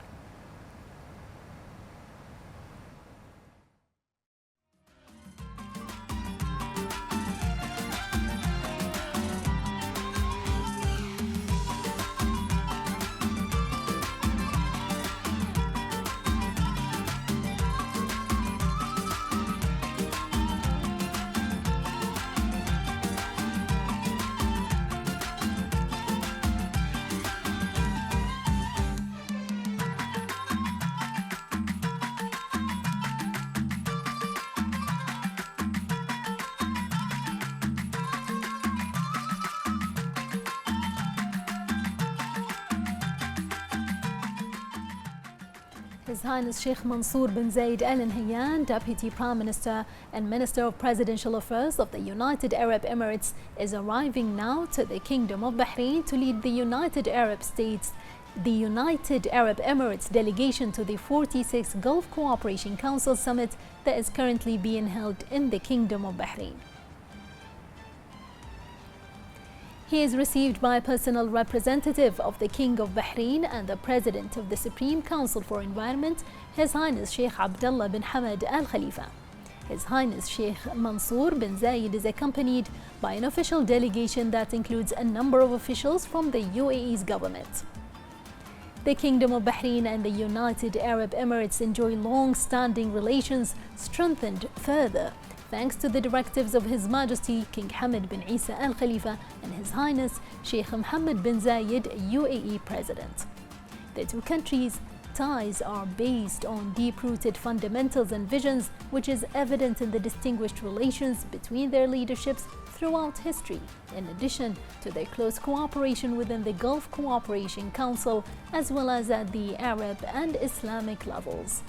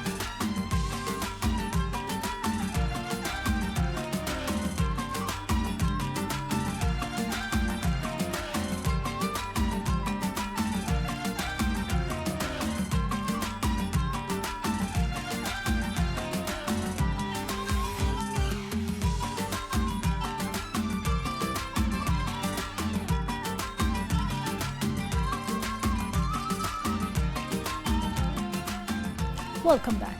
Our coverage of the 46th GCC Summit continues, and we have our guest here, His Excellency Shura Council Member, Mr. Rida Abdullah Faraj. Back to you, Mr. Rida. You were talking about the role of the GCC plays in the region, which is not only looking at its own interest, but also the interest of neighboring countries and Arab countries. On top of the agenda of the GCC summit for this time is the Sudanese profile and also Yemen. What can you tell us about these? Well, I really would not like to indulge in the sort of political side too much. I think our role is vital because we have no interest as such in the countries other than being our brothers who need help. So our discussions would be always to find a solution which would put the people of the countries at war, if we call it war, or at sort of really Unrest. whatever sort of terminology is used, is to put them where they have some sort of security and stability to continue with their life and build their countries, and with doing whatever sort of really we advise them to do. If they follow our advice, I don't know, I think it would always be accompanied by a lot of financial supports that we would do help you if you sort of settle your problems and there is a security with rebuilding whatever it is and finding sort of opportunities for people to find work, or sort of providing you with the food for whatever.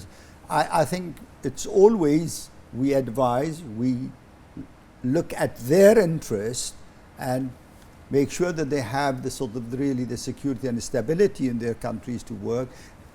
Coupled with that, we always offer financial assistance and financial support, and that is not something we sort of really give it with sort of really we gave you. We never say we gave you. We give it as if a father giving to his son or brother is giving to brother. Never we keep talking about it. We never say we did this.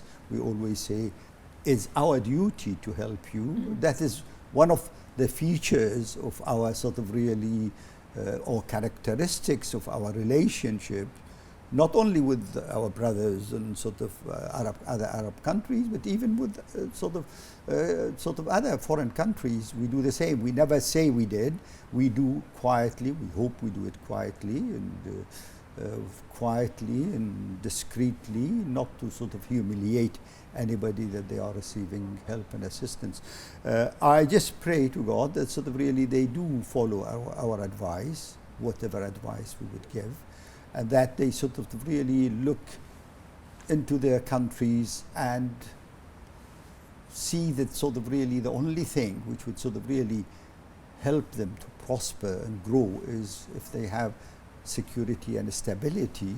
So therefore let us sort of really all hope that our advice, or the GCC advice, whatever it is, it would be sort of really be taken as if sort of really it is something given brotherly way and with no really strict something is sort of really holding it or pulling it or pushing it. No, it's freely given, and hopefully they would take it.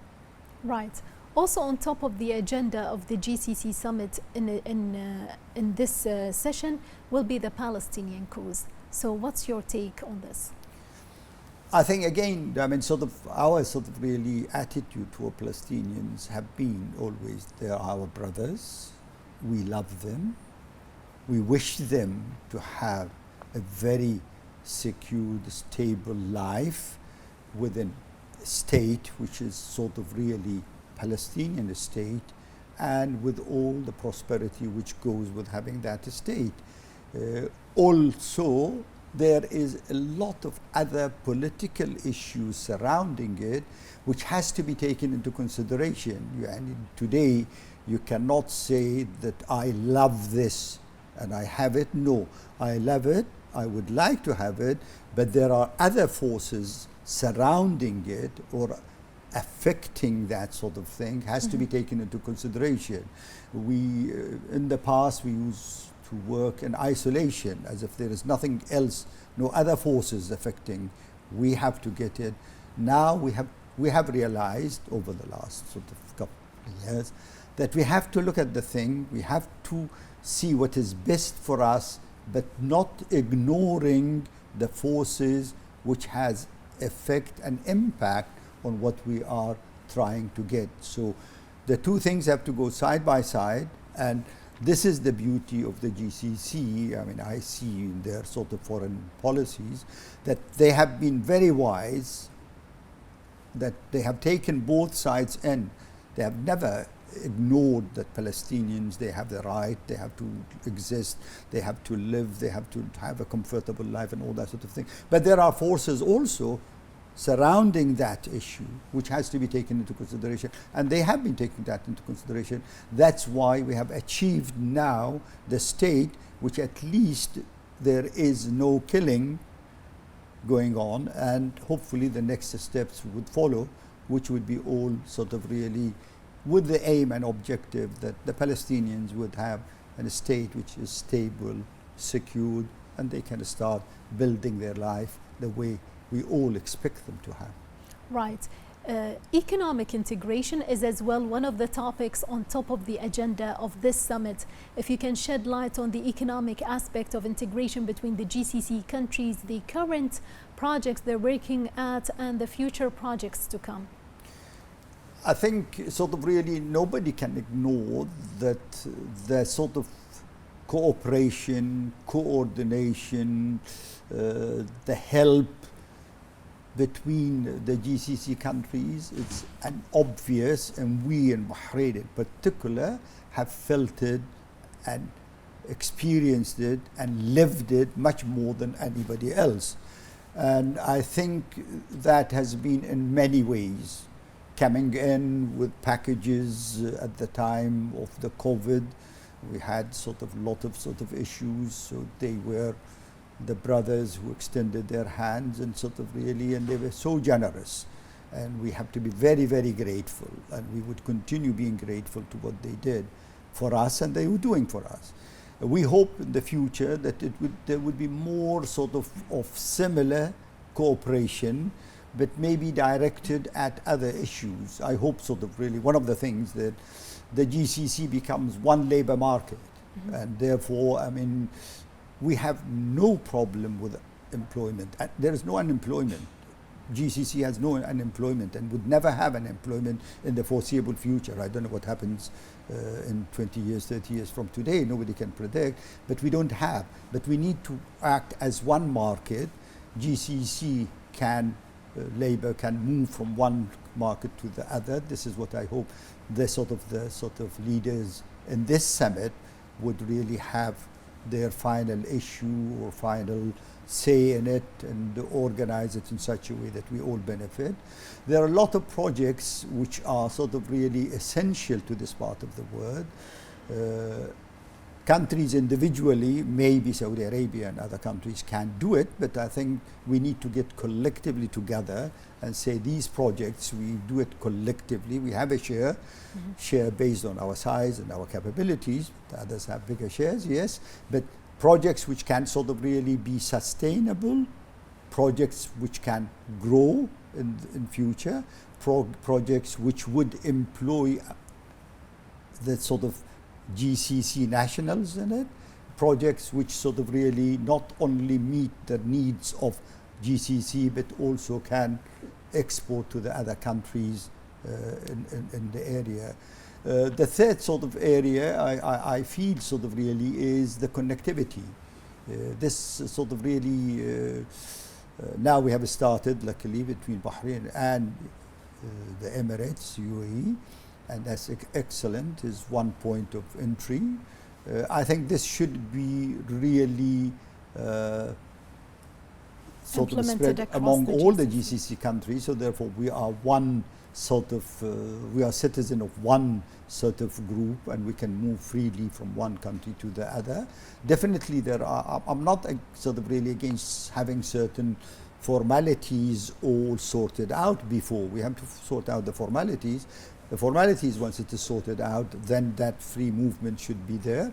That's another issue which I think is sort of, hopefully I expect the summit would consider and be there. The other sort of issues are really all related to having this sort of the economies of the countries more sort of really considered as not one product based, is more diversified. So let us look at what diversification. I'm very much for twinning. We can twin with Saudi Arabia, for example, in many areas. The simplest one would be the tourism. The eastern province is that close to us that we can sort of really twin with Saudi Arabia on the tourism. The tourists come to Bahrain, they could go also to the Saudi Arabia and sort of spend some time in Saudi Arabia. Tourists in Saudi Arabia, they can come to Bahrain, spend a few days, and that sort of really needs some sort of arrangements whereby the movement is made easier than going through all the formalities which currently is there.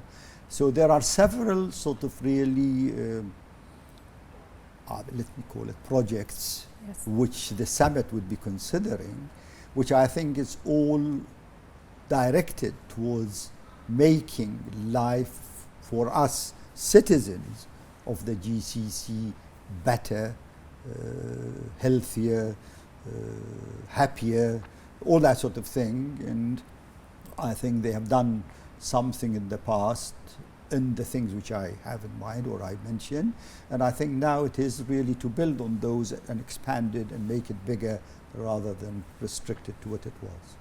Right. So we're moving from a phase of cooperation, Gulf cooperation, to economic integration or strategic economic integration. I think you said it very well. I think this is it. I mean, the cooperation has always been there, even before the GCC. I can say this proudly. I think now is the time for integration. We should integrate. There is nothing that me and somebody, my brother in Saudi Arabia, we cannot be the same. Yes. We come here, I go there. So the integration is truly the next phase of our relationship, yes, between the GCC countries. And we have seen integration when it comes to customs union. Yes. It has succeeded. It succeeded in easing the flow of goods between all the countries of the GCC, enhancing the economies of the GCC. Exactly, and there was sort of a lot of other projects which sort of really many years back they started a common purchase. Why we should sort of medicine, for example, yes, why we are buying ourselves, Saudi Arabia buy on their own, UAE buy, they buy on their own, Kuwait on their own, Oman. Why not sort of be a central sort of warehouse, depot, whatever we call it, in a place, and we have a common sort of really one purchase order to serve all the GCC countries, and that slowly moving into starting producing part of medical equipment, medicine itself, and for the GCC rather than for Bahrain, UAE for the UAE, no, it's for the whole GCC. So the integration is really the vital thing we should be aiming at from now onward. Yeah. Right. And speaking about the legislative side of it, how do you see the cooperation between the legislative branches of the different GCC states? I think there are certain legislations which could have something unique to this part or that part. Currently there is cooperation, but it is not a really what they call a documented type of cooperation. Say, for example, in Bahrain, whenever we have a sort of either a recommendation for a law, or we have a project of a law, or there is a law which is being sort of for the Amiri decree, we always, prior to having the law in the form which can be said as a law, whether it's a recommendation or as a project or it is a decree, normally there is a lot of consultation. At least this I can tell you from our side, a lot of consultation with the other GCC countries to make sure that we don't come up with something which is in conflict with what they have.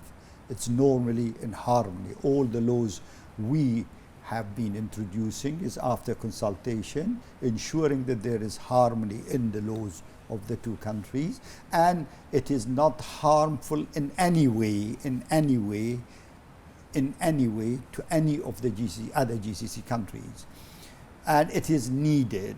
Maybe some of the countries, their need is not as urgent as ours, or ours as urgent as theirs, but it is needed, and eventually they would be taking. So every time we look at a law, we say what Saudis doing, what Emirates have, what Kuwait have, what Oman, what Qatar have. So therefore we take all the GCC countries, what they have, and make sure that our laws are in harmony with what they have. So therefore to have one set of laws is very good, but maybe it's a bit early. We need sort of really to have some of the laws which are unique. Say for example, we have a sort of, let us say, that's what is going on, employment.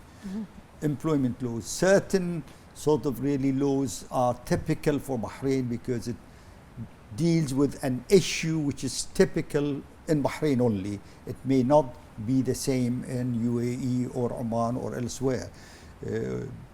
But I think the laws are in harmony and should remain in harmony. And I think, if anything, one could say is that there could be something from GCC to say, please make your laws, but try to consult each other, or have the sort of really consultation before the law is issued is something mandatory, even if they want to do. Right. And what's your view on joint institutions? We have successful stories of joint institutions between the GCC countries, say, for example, the Federation of GCC Chambers. How do you view institutions? I think this is something which can be done with no sort of really need for even sort of really the leaders wasting their time to do it. I mean, they have been blessing this, or I know that this have been blessed by all the GCC leaders. I think this is for the private sector and the other people, interested people, to take the initiative and try to get these sort of things really sorted out between the institutions here and there. I mean, we could sort of really look at issues related to the Borsa, for example. You can look at issues related to other sort of really associations or institutes which deals with the professional side. Why not sort of really the accountants, for example, they talk to their sort of counterparts in Saudi Arabia and in sort of UAE and the rest of the GCC countries, and form their sort of accountants sort of cooperation, whatever they like to call it, a joint sort of understanding where sort of they can set the rules for accountants or even lawyers, doctors, all those sort of really professions. They can get together and establish something which is a GCC set of rules and regulations, because the doctor practicing in Bahrain is no different than the doctor practicing in UAE. So therefore they could have a common code of conduct, or whatever sort of really you call it, ethics, whatever, for the GCC to work on. Right. Speaking about the importance of this summit and the timing of this summit, how do you reflect on the attendance of the Prime Minister of Italy to the summit, Giorgia Meloni? Well, this is again one of the things which I always sort of really advocate, that we are, GCC is friendly to, as a part of this word, to the extent that we can. We are not sort of really saying that we would do this and the other which we cannot. We do things which we are capable of performing and doing. So therefore we are open, anybody come and see, and inviting sort of really the Prime Minister of Italy is one of the things, that we are part of the word. We work in harmony with the word, and we care for the word as anybody else, and care for our people also at the same time. Right. This is the 46th GCC summit. Bahrain itself has hosted 7 summits before, and this is the 8th one hosted by Bahrain. How different is this summit from the previous ones? I think, to me, all the summits are excellent, whether it's held in Bahrain or outside Bahrain. The fact that you get the leaders to sit under one roof and think about common problems or issues, it in itself is an excellent, undoubtedly. This summit comes at a time, the world as a whole is going through a really bad phase, according to me. We we in GCC have certain issues which we need to think about it as one unit rather than each one having an independent view. For example, you mentioned about Sudan and sort of Yemen, Lebanon, Syria, Iraq, all these people, each one of them having some issues which may be relevant to sort of people or not, but it is, I think, relevant to in the political sense. So to meet and have a common view and say, we think that these people should do this. We're not thinking people to do this for our sake only. We are looking at them as our brothers. We would like them to have a secured country where they could sort of really build their countries better under a secured sort of situation. That's, I think, why this summit is important. There are certain issues which requires common, collective approach and view and stand, which I hope we would get from this summit, inshallah. Right. The summit has always had the aspirations of the people at the heart of it. When it comes to the outcomes of the summit, it has always had the people's aspirations at this summit. I think sort of really, I may sort of really have something to say. I mean, I think one of the things I would say about GCC is that their, publicity. Yes, we're expecting images of the summit's beginning, but let's carry on for now. Yeah, I think I always sort of really have the same thing in my mind, that sort of really we have to create awareness among the people. If anything, I think this is a bit lacking. I don't mean awareness of the publicity in terms of meeting, they met at the airport. That's all sort of really part of the formalities, and that's very good. I think respect is very important. I need creating awareness that this summit has got these problems, these issues which have sort of really been affecting or would affect or whatever it is, create the people to understand. I will have to interrupt you once again, Mr. Rida. And now we can see images of Sakhir Palace, where the 46th GCC summit is set to begin, chaired by the Kingdom of Bahrain. For over more than 4 decades, the GCC has gained extensive experience in economic development and security coordination, making it an effective framework for addressing regional and international developments. Bahrain's hosting of this session reflects the Kingdom's role in strengthening constructive consultation and expanding avenues of cooperation among GCC states.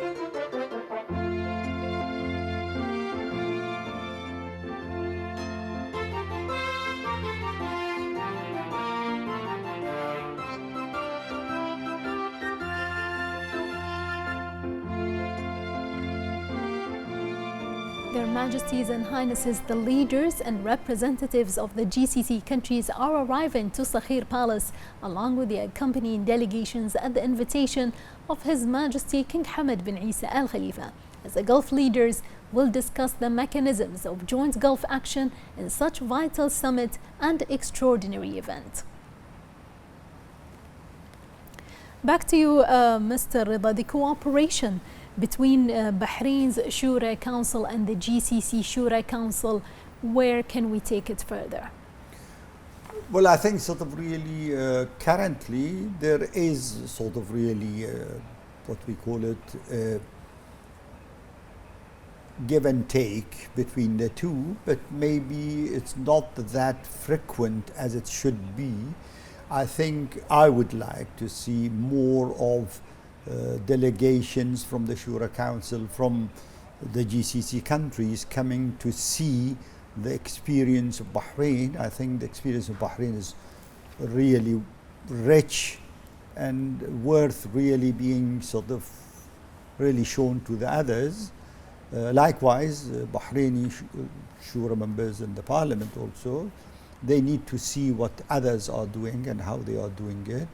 I think to the extent of working together and knowing what each other are doing, we understand that, but more in-depth relation of individuals knowing each other, me picking up the phone or Mr. X picking up the phone, talking to his counterpart on the other side, that is not there at this moment of time. And I think that is something which we could do a bit more.